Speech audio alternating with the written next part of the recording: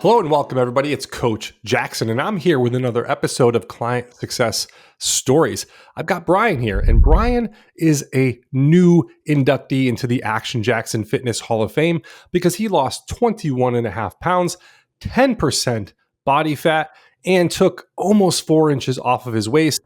A no pack to six pack transformation. It was incredible. Brian, welcome to the program. Why don't you introduce yourself?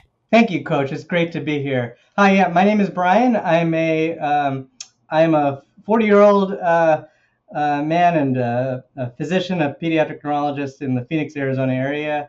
I live with my wife and 3 kids, 3 dogs, 3 cats at our house. So that's who I am. So Brian, I want to kind of dive right in. So oftentimes what we like to do is kind of reverse things back a little bit here in the beginning. So why don't you just tell me like a little bit about where you were physically when you first decided to join the program? So, where were you at kind of from a strength perspective, cardiovascular, like, and if you want to dive into the mental aspects too, but just take me back to where you were. And then also if you wouldn't mind sharing, why did you want to join this program? What was the trigger, the thing, like what was the reason? Before I started this program, I had been using tonal for about a year. I had been, I wasn't, even prior to tonal, I was probably, I had a little bit of gym equipment in my garage, and I'd use it when I had time. But I have a pretty busy schedule, a pretty busy call schedule, and I would use it when I felt like it. I would use it when I was when I thought I had the time, whether I actually had more time or not. I think my health wasn't horrible, but it wasn't as good as it could be. And I found myself getting older and older and getting into my later 30s, and in my perception, sort of feeling my body sort of changing, and a little bit more wear and tear. And then I got tonal about 2 years ago, and really loved using the equipment, and found some of your programs on the machine, and really connected with the way that you were coaching on the program, with the Go Big, Go Home programs, the 4 weeks of fat loss, and really enjoyed those. But I had been using it, and I made some progress in terms of my strength by being more consistent with it, but I still wasn't getting completely where I wanted to go with it. I just thought I had more I could do, but I didn't really understand how to. I was using the program, and I really didn't have any experience in sort of nutrition and planning nutrition to go with fitness. So I was just sort of doing things on the fly. And then I was turning. I was heading into my. I was my mid. I was heading my being 39 years old, and approaching 40, and like about to end that, the decade of 30s, which I guess I sort of embraced, but then had a fear of getting older. And I'm like, are my best days behind me, kind of physically, and I not really totally take advantage of the opportunities. And so that was sort of where I was coming from, and then was able to get in touch with you, and I really connected with your program. I had actually read your book that you have out, and sort of I understood like at a conceptual level like what you were talking about, but really didn't know how to implement it. And I also had just some gaps in terms of my mindset of how to take some of the information that you wrote, and actually how to get into the sense of applying it in my life, and using some of these things as consistent habits. And so that's where really I was coming from physically. And so that's where I was coming from. Yeah, there's always going to be, number one, I appreciate you getting my book, by the way, and mentioning that. Thank you. But there's always going to be a gap, right, between your gathering information or reading a book or listening to a podcast and then the execution of that, because there's so much that you learn.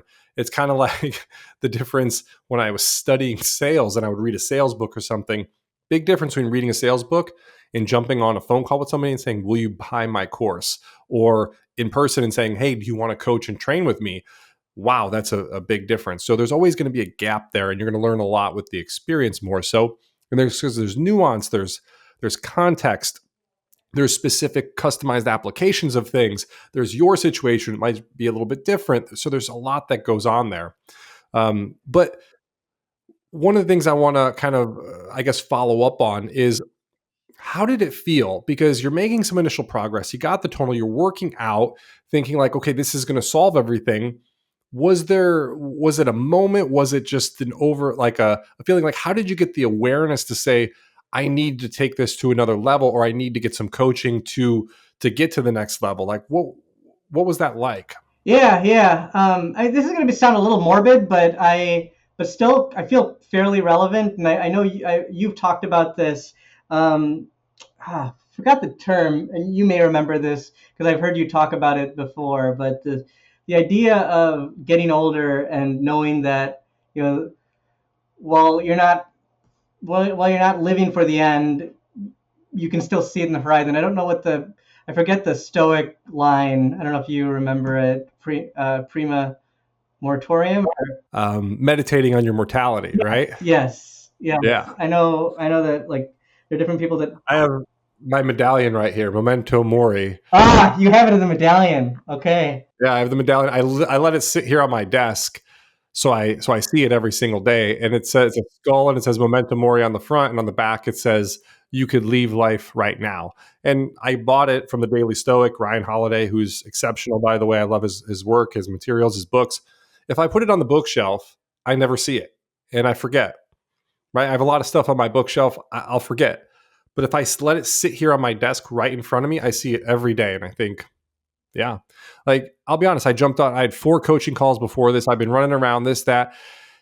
But then I see this coin and I know that we got this interview coming up. And part of me is like, gosh, I've been running around. I'm busy all day. I don't want to do this interview right now. I want to lay down or take a nap or take a break or go have a snack.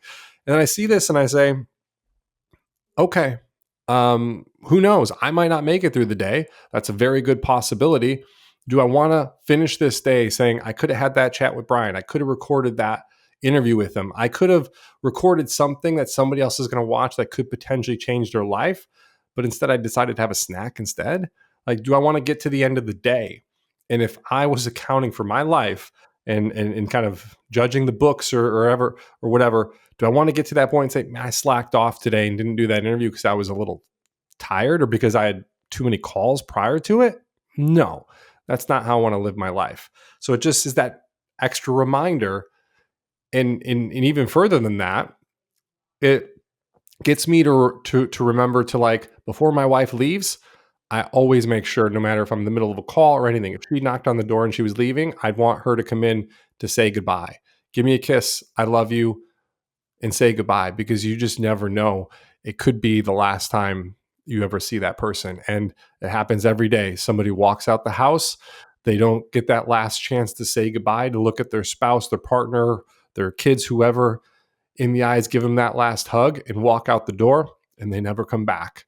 So it reminds me to do things like that, because as stupid and simple as it sounds, you just never know if you walk out the door if it's going to be the last time. That absolutely, yeah. I mean, this is a big reason I connect with you, and just I think this is part of the program. You know, I just a little bit more backstory on me. I'm a critical care pediatric neurologist, and what that means is, you know, I see children in a hospital with brain injuries, many of which that don't make it, and it's, you know, it's a more I have a morbid. I mean, I see morbid things in my career, and that's, you know, it's not for everybody what I do, but what it hits, that memento mori, like, absolutely hits me every day in my work.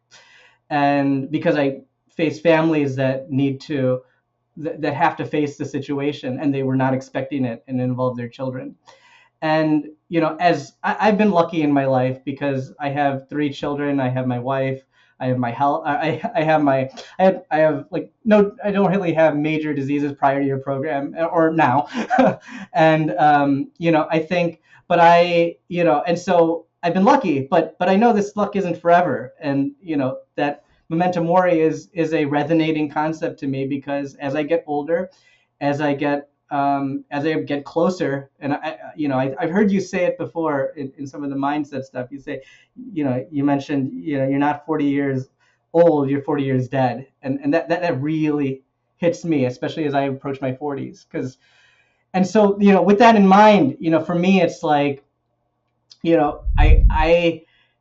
coming, and what do I want to do with what do I want to do with the time I have? Whether it's, hopefully it's many years, but I can't. We can only decide what we choose to do, not ultimately what our outcomes are. And so, I think I want to have the best energy and most and have the best vibrance of health and mental fortitude for my children as they get older, for my wife. And so, I've focused a lot mentally on a lot of different aspects of my life and professionally, but my health was not where I wanted it to be, and my fitness was never where I wanted it to be. And so I think that was the driver, that, getting to that 40th, getting to the year 40 and realizing and having that in mind, like that memento mori, and having that drive you. For a lot of people, it scares them and they avoid it. And I, that's not you and that's not me. And that's why some of this sort of resonated. And, it just, as I get older, it just drives that energy and that focus a lot more. And so, you have a program that, I could just see the way you teach as well, the way you write as well in your book, and very direct, and then watching some of some of the other clients' success stories prior to this, and seeing these are real results, and these are not people that are talking about fads. They're talking about concepts and structure and strategy, and showing real results. And so those are the things that were like, okay, this is the right program to do at this point in my life. Wow. That's I appreciate you sharing all that. And, given what you do for work, and we've talked about this, but you're right. And you mentioned this, you can go in one of two ways. You could either be cynical and resentful and see the world as just this horrible place where these terrible things happen to people, or you can use that as fuel to drive you to be an incredible leader, to be an example, to be a wonderful father and a wonderful husband and the best human being that you could possibly be. And that's exactly what you're doing. You're using it as fuel to be better, because ultimately only one of those things is going to help you and help the world. And it's not being resentful and cynical. That's not going to help you. It's not going to help the people around you. Certainly we don't need more of that in the world. But Right. what you're doing, it's a noble cause. It's a noble responsibility. It's something that is, I would say, virtuous, and something that I certainly appreciate. So it's one of the reasons why we connect, and one of the reasons why I've enjoyed working with you so much. So thank you for being that shining light, for being that example, because there's not enough of that in the world. So thank you. Let's just kind of talk about, I guess, some of the changes as you've gone through the program. Now, we'll start with something a little bit more physical and something a little bit more tangible, less deep, and then we'll get into more of the deep stuff. So, I know for you, one of the most incredible benefits, and again, we'll keep it on a little bit more shallow scale, was just learning how to do the exercises properly. You mentioned this before. I was never an athlete. I didn't know how to exercise or to do these things, and I love this, because you completely transform your identity. And if you want to dive into that, you can, but we've transformed your identity while still also taking that focus in improving your exercise form and your quality so that you stay safe and get the best results. So we really helped you and optimized your form. You were sending in forms for feedback. We were giving you adjustments, tweaks, and adjustments, and you've come a long way there. And now I remember hearing you say this, like, I'm an athlete. And that's such an incredible transformation from where you were. So you go from not being an athlete to now being an athlete, not being able to do the exercises correctly to doing them very well and very optimized. So talk to me about some of those changes, both the physical ones and just the performance, but also maybe some of the identity and mental stuff. My family, I'm a first generation Indian American. My family came from India. They did not, I think their priorities for themselves and for myself were focused on education, and like physical fitness and sports and things like that were just not part of the priorities growing up. So I really wasn't exposed to it. I didn't really play sports as a kid, and I think I admire people who are athletic and who could play sports. I especially admire the people who could balance that with just being very good academically and balancing mind and muscle. But the muscle part was not me growing up, and I developed my skills in what I'm good at, and a lot of that has come through training and formal education and formal structure and mentoring, and I think I understand how that can help you accelerate. But when it came to fitness and weightlifting, I think it was me going in the past growing up. It was starting in my 20s. It was going to a gym and working out with some other people who were either novices or better than me, but like just having their own opinions and not really having a way to show you how to progress. And then, that sort of evolved to just having my own weight equipment and just doing things my own way. And I mean, there were things like deadlifts, for instance. Like the concept made no sense to me. It made absolutely no sense. It's like you just pick up something. It's like people are just picking up something. I don't. They're just getting on the ground and they're picking up something. Like, what is this? Like, what is this lift? What is this supposed to work out? Like, what am I supposed? Is it supposed to be? Am I supposed to be arching my back and learning how to back arch? I don't. Now I know that's not what that is. But I had no clue, absolutely no clue. And you got to start somewhere, and you can have people's opinion. You can lift with somebody you know who's got some experience, but you also don't know if they have good form or if they're doing things properly. And we're not, none of us are perfect, and just to know, have an understanding of proper lifting and what is the ideal, and then trying to work towards that is really helpful. So through this program, there were a lot of lifts. And I remember the deadlift in particular, the neutral grip deadlift, where it's just sending videos like, what is this, and then just asking questions like getting a sense from you, you're doing a little bit too much. This looks too much like a squat, and it's like, well, what does that mean? And then you send some videos that like actually help, and then I perform it again, and you're like, that's better, but watch your hinge, watch how you engage your lats, things of that nature, and progressively it's like, okay, I got this. Now most of the time that means reducing the weight a ton, but that's important. And I think one of the interesting things I've noticed is before I started working with you, my strength score went up. It went up with tonal in the 1 year I had it before working with you, but I was definitely feeling sore and feeling a little bit feeling vulnerable in specific joints. And when I started working with you, my strength score did go down. It did go down because I was dropping the weight, and I was just focusing on my form. But I know I'm stronger. I know I'm way stronger. I know it's in my physique and how I look and how I feel. I've been very lucky since working with you. I have not had any injuries. I've had really, I mean, my joints feel as good as ever, and I'm 2 years older than when I started working on tonal. So I think it's been very helpful to get that form correct, to use the form feedback that you provide, and just really dial this stuff in, because just like everything else I'm good at in life, it's not natural. It's by getting mentorship and training and feedback and embracing that there is something to learn and then progressing forward. Wow. A lot of lessons there. So one thing I'll quickly touch on before we kind of dive into the lessons is that sometimes with clients, they will see their strength score increase. It really is just dependent if their form's already dialed in or not. So if their form's not dialed in and they've been doing maybe a little ego lifting, which maybe you were doing previously, then we need to get the ego in check. We need to dial in the form for safety concerns, but also to get the best results, of course. And that was the case with you. And we did that. And Yeah. that's really important because, again, it's going to keep you safe and injury free, but down the road, you're going to get better results. Absolutely.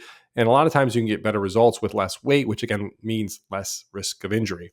And the second thing you talked about was you said this is not natural.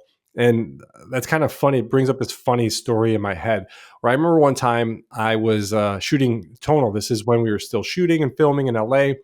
And I had filmed all day LA. I think it was like 4 Weeks to Fat Loss 2 or something I filmed. And I remember asking one of the techs, I said, hey, would you mind shooting a quick iPhone video for me? I have a new program coming out or something. Maybe it was 4 Weeks to Fat Loss 2. I can't remember, but I was like, I have something coming out. I need to film just a quick promo video that I need to upload to the Facebook group. And he's like, sure, no problem. And I gave him my iPhone and I spit off a 2-minute promo video like that. I just went off the cuff ad hoc and just did a 2-minute promo video, signed off and said, over and out, that kind of thing. Remember, action's the difference between dreaming and succeeding. And then cut. And he looks at me and goes, oh my gosh. He's like, he was an actor, so that's what he wanted to do for a living. So he I guess game respects game. I don't know. But he's like, that was crazy. You just riffed off 2 minutes ad hoc, didn't stumble over your words, and it was one take. And I said, yeah. And he was like, that's crazy. He's like, look, I'm an actor, not like a tech, a computer. I'm sorry, a camera guy by trade. So like, I know that's really difficult. Like that's incredible. He's like, you're a natural. And I was like, whoa. I was like, whoa. There's nothing natural about what I just did. That's hundreds, if not thousands of practice videos in front of the camera. That's thousands and thousands, if not tens of thousands of me scripting and writing things out. That's 10 years right there of me being in front of a camera that you just experienced. So that is not natural at all. And if you go back and look at some of my early videos, YouTube videos, etc., they're horrible. It's so bad, cringeworthy. And I said it's a skill that can be developed like anything, and it's just a skill that's kind of been developed. And I always remember that story because it sticks with me so much, because we want to believe that people are naturals because it makes it easier for us than to accept maybe our shortcomings, or to think that, well, it's okay that I can't do this because they're just natural. It's a gift from God or the universe or genetics or whatever. And more often than not, especially when it comes to getting in shape, whether it's losing weight or adding a little bit of muscle or other things, of course, there's genetic factors. Of course. And if you want to be Mr. Olympia, you're probably going to need to have amazing genetics. But if you just want to get in shape, if you want to add some muscle, maybe get a 6-pack, be a lot more fit than you are, be in just the top 10%. You can absolutely do that regardless of genetics, and it's not natural. It's a skill. It can be learned. It can be developed. You can absolutely do this. Right? I don't know if I have the right genetics to be in front of the camera or to do this, but it's a skill that I've gotten pretty good at. I don't know if I have the right, genetics or background or whatever to get good at writing or scripting or anything, but I've gotten pretty good at it. I've gotten good at a lot of things that didn't come naturally to me. So I think that's a really important point that you brought up. So thank you for mentioning that. I mean, this is what makes your program great, is because you don't it's not, yeah, you're right. It's not, we don't help people by pretending it's natural or and whatever we're good at. I think we help people by showing them, it's a journey. And I mean, for you, for your clients, for myself, I mean, if we have great physique, it's the product of training. It's the product of habits, consistency, of a great mindset. And I think the way you structure the program and the way that you structure how to address challenges is one where you get that avenue, you get that opportunity to really have that framework that this is about habits, this is about good habits, this is about consistency, and this is not about, you say it all the time, progress, not perfection. I mean, and that's something super important to me. I think, just going back to my own profession, for some of us, like, we work in professions or we work in environments where some perfection is desired. Like, I mean, if I'm going to be in the clinical environment, I need to be, at the top of what I'm doing. And, I think when we're working in that environment, or where that's an expectation in some aspects of our life, that's important. And we train towards that in some degree before we take on some of these roles. But at the same time, when we're doing that quite often, we can get into a culture where we have to exemplify perfection. And sometimes if that becomes a habit or that becomes too much of what we are in terms of our identity, then we avoid failure. And that's a problem for that. That can be a problem for people who have achieved a certain degree of high performance or high status. But at the same time, I think what I loved about your program, and what, it was really an opportunity for me, is to get to really embrace failure, to have avenues to embrace failure and growth, because this is something we need to maintain as a part of our life to be better than who we were before. And I think, just going back to that, back to our original kind of discussion about moratorium, it's just like, we only have so much time, so let's get better. Let's be the best that we can be, with the time that we have. And so, I think the way that your program is very structured, is obviously structured on fitness, and it's given me the opportunity to use fitness as a way to embrace failure, to embrace progress, to accept failure, and to understand how to grow from that. What's the right mentality? And some of the things that I remember early on when we started working together is, I would say, I would say certain things like, I'm bad at, my stimulus to fatigue ratio is bad, and it's like, okay, let's get, you're very good at, like, just like, let's take that wording you just put together, bad, and you're not good at this, and let's reframe that, and then let's reframe that from taking that as an identity, that that's who you are, and that this is, you're at a certain point, and you're working towards getting better. And what I really enjoyed this program, and I really enjoyed the process of getting better in terms of my physical abilities, my fitness. And in terms of that, what it has also given me is the opportunity to look at fitness as an avenue to continue to accelerate and grow in other aspects of my life, whether it be my relationships, my parenting, my relationship with my wife, and my, how I train people in my profession, and how I engage with my own patients, or colleagues, in terms of professional growth. There's things that, from a mindset perspective, that you frame really well. You frame very, very well through this program, that, I have found avenues in those different directions. And the other thing is, the other thing, just to mention to people that are listening to this, is Coach Jackson is like one of the, like, I never expected, it's sorry if this comes out the wrong way. I don't know many fitness instructors, so, I did not expect to get a fitness coach who is as intelligent as you are, and as well versed and well read, and this, I think you've really inspired me to, through the program, to look into, to resources that are really focused on mindset and really focused on growth. And I think this really has been an avenue, in addition to fitness, to also break out and to branch into other ways of thinking about mindset, and thinking about ways that, I can improve not just my health, but also other aspects of my life. Wow, that was incredible, and that means a lot to me. Thank you. It's incredibly kind, and I appreciate you sharing all that. And I think, a couple things to take away from kind of what you said, which is fitness and your health and your fitness is like this domino thing, where it's like, if you improve that, everything in your life is going to get better. Your relationships, your confidence, your finances, your business, like your relationship with your kids, everything is going to improve, because you're going to get so much better. And when you're a better human being, and you're a better person, and you have more energy, and you're more confident, and you're feeling better, it's going to just take everything up a notch. Plus, your problem solving gets better. When I finish a workout, I feel like I can solve the world's problems. I'm like, oh my gosh, all those problems in my business, those are easy. All the problems in my personal life, boom, easy button. I got this. I just feel so confident in myself, because you just pushed yourself so much, and it just gives so much mental clarity and space and stress relief. There's so many positive things that come from it. And when you learn how to manage your diet and be disciplined and focus on progress, not perfection, focus on the wins, not the failures, and just keep coming back over and over and over and over again.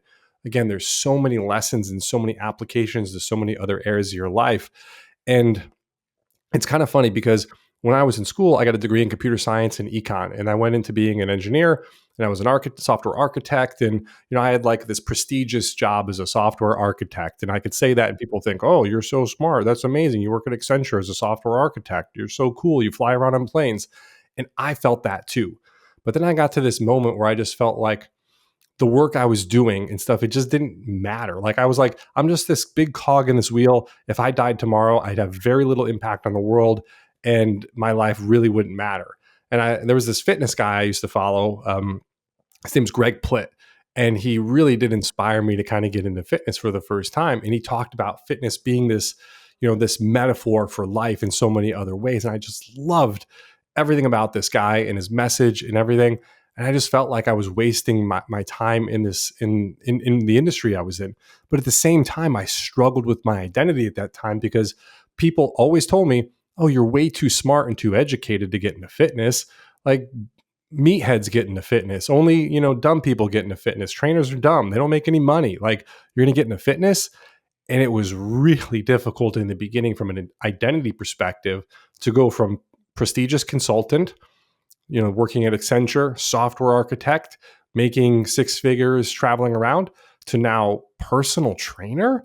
I mean, my friends, my family, everybody. It's why I moved to San Francisco to be like alone, where I didn't know anybody, was because I was like, I need to transform my whole identity, who I am as a person, everything. I can't be in my old environment to do this. I need to go somewhere fresh, somewhere where I don't know people. And luckily, thank the Lord above, I found this gym called Diacati with all these amazing trainers there that helped me reshape and figure out who I am and who I wanted to be.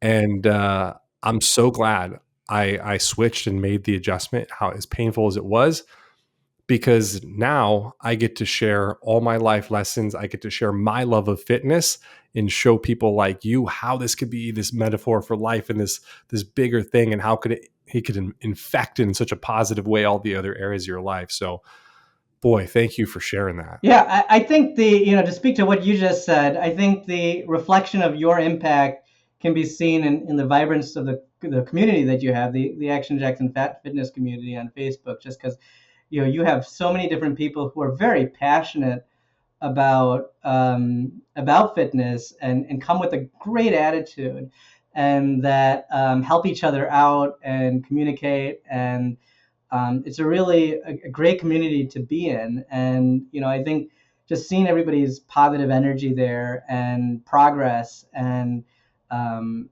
and yeah, I mean it's just incredible. And I think that's a reflection of with what you've done, the impact that you're making on people. It's really profound.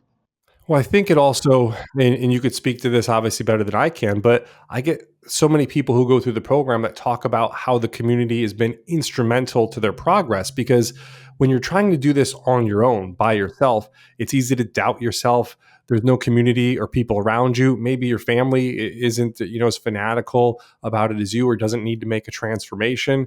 And you don't have a lot of support or accountability around you. But when you're doing things in a group and you see other people that are doing it, and you see other people posting their wins and celebrating their successes, and you're connecting with people and you're making friends, and all of a sudden it's like, wow, I have this support group around me and all these people that are in this together with me. Wow, that feels different, and the journey feels so much less lonely. You have more accountability. You kind of feel a friendly competition with people sometimes, but also you have this camaraderie of like, I don't want to miss my workout and let down all the people in the community and have to say that I didn't do something. Or maybe there's a challenge in there and I want to do a little extra because everybody's doing extra, and now I'm going to jump in, and it's just kind of fun. So why don't you speak to that? Yeah, I think one of the challenges is, I think in society, sometimes, I think people will embrace, when you focus on fitness and when you try to optimize your fitness, if you are really not in good shape, if you're really unhealthy or having issues with obesity. I think there sometimes is people will support you to a certain extent if you are going to try to lose some weight, or you try to start running or doing some exercise. But I think sometimes one of the things that I sort of struggle with is that, if you're not if you are not where you want to be, but you want to be as great as you can be at whatever you're doing. I mean, if you want to just take your fitness to another level, I think that's where, if you're not like sick or anything like that, then I think people don't necessarily embrace necessarily what you're doing. And or at least you don't feel that too much around, I think general social circles where, that sort of thing is like, if you want to cut if you have like if your BMI is not overweight or obese, but you do want to shift it, and you want to get your metabolic health better, and you want to get your body fat percentage better, and improve your VO2 max and improve your likelihood for longevity, then there's a certain point where people, general social spheres are like, what do you kind of look at you a little differently, and just because it's not what most people are doing, and that can make you feel a little bit isolated, or make you almost feel like you're crazy, but even though you're just sort of kind of focusing on your health. And so that's where having a community where people are looking at that with a different mindset is really helpful. And so that's where the community has, for me, has been really great, because I mean, your program is very, it works. It absolutely works. And part of the reason it works is because there are metrics and data, and the aspect of you mentioned, you have a computer engineering background, computer science background. The data analytic proportion of this program is absolutely there, and that is part of why it works. Is this is not subjective planning. This is objective and quantifiable, and within a respective amount of time that you're gonna hit certain benchmarks. And so you get very detailed oriented as part of this program, but it absolutely works. And I will tell you some of the habits you've written about in your book, and some of the habits about diet and things like that. The way you sort of determine how you're going to approach your diet, and how you're going to eat. Some of it felt like, all right, when before I started working with you, like some of these habits like are kind of crazy, or not crazy. Sorry, they're not for me. That was sort of a original mindset, like. I'm going to measure certain things. I'm going to, quantify certain things, and then plan based on that. That's not, before I started this program, it's like, that's not me. That was sort of the identity I had. And as part of the program, it's like, you're going to do it. This is part of the process. You're going to do it. And then you can decide afterwards, like, after the program is done, like what you think about that. But then once you've developed those habits and you've seen the progress and you see what degree of control you actually have. And I'm at this point now where I'm like, if I want to lose weight, I can lose weight. If I want to gain weight, if I want to start picking up a half a pound a month, or a pound a month, and, progressing towards some muscle gain, like, I can plan that out. I can do it. If I can have some degree of control over that because of the habits that I've formed through this program. And so that's something that's incredibly empowering. In the past, before your program, if I ate a certain way, or I had a meal, I'd feel guilty, and I'd tell my wife, I kind of feel guilty. And then, but now, ever since starting your program, I have never felt guilt about food, and I still eat all the food that I enjoy, all of the same, for the most part, all of the same foods. The types of flavor, the types of flavoring that I like. I like stir fries. I like fried rice. I like, these are all things I'm still able to eat, but I got to plan it a little bit differently, and strategize a little bit differently. So, but I can do that, and with very specific habits that you've outlined, and that in the past I thought were like kind of crazy, but now that I've seen so much progress and success out of using these habits, I mean, they are now my identity. They are now part of how I approach, how I'm gonna handle things in the future. And I just had my lipid panel done, and my hemoglobin A1C, everything came back normal, and that was kind of a great feeling, because I am 40, and I want to keep these things pretty good moving forward, and I know I can still eat all the foods that I enjoy. And at least at this point in my life, I have good metabolic health, still enjoying everything that I enjoy, just strategizing how I'm going to approach them. Fantastic. That is amazing. And I want to be respectful of your time. So we'll wrap up here in a second, but I just want to kind of mention a few things that you said there, which is the first thing, it's kind of interesting. When you first get started on a journey, right? When you first start your business or you start a health and fitness journey, you want to lose weight, whatever, people root for you. But then when you get to a certain point, that's where that crossover happens. And then people say, whoa, that's kind of crazy. Like when I quit my job to become an entrepreneur, at first people are kind of like, okay, this is kind of crazy, but yeah, go you. And then all of a sudden they're like, wait, it's not working out immediately. Like, why are you doing this? This is crazy. Or once, you get to a certain point, they say, whoa, that's just too much. It's too far. And I think that's because you kind of shine a light on other people's inadequacies, right? Or their lack of ambition. And it's not like you're doing anything to them. It's just they see that and they see that they could potentially do it too. And that doesn't feel good to them. So I think that happens a lot with people in these health and fitness journeys. And that's where you have to go find another circle and find a group around you that can rally, that is excited about continuing to push it. And if you want to go further, great, let's do it. So I think that's the first thing. The second thing is that getting that agency and ownership over your health and fitness, living with intention and purpose. So many people just go through their life, whether it's the way they eat, the way they drink alcohol, the way they work out, whatever, and it's just sort of mindless. There's no intention, there's no purpose, there's no thought, and they never take that full agency and ownership over things. And to your point, they feel guilt, they feel shame, they feel all these negative emotions around these things, but they never do anything about it. And you grabbed it, you took control, right? You took the bull by the horns and you made changes. And even though some things sounded crazy to you initially, you came in with an open mind, you embraced it, you executed, and then all of a sudden you changed who you were and you changed what was possible for you. And that's incredible. And now you have that ability to, again, lose weight, gain weight, maintain weight. You have control. And that's a really powerful thing. So that's really fantastic too. Um, last kind of question here. Anything else you'd share for people at home, whether it's a tip, a trick, a tactic, maybe they're just trying to get started in their journey? Any last final piece of advice you give them?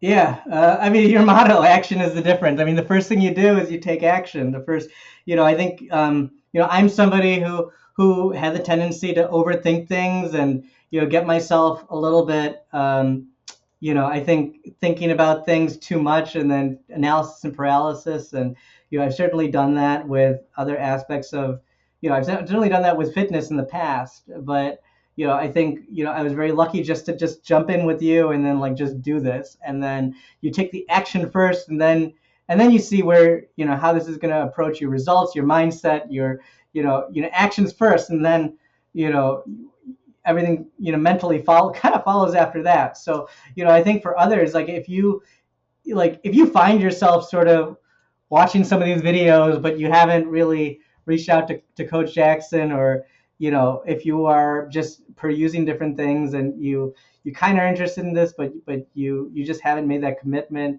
like just do it, just do it. And I think yeah, I mean the other thing is just like this is, I mean, keeping a total open mind, because I really feel like fitness is one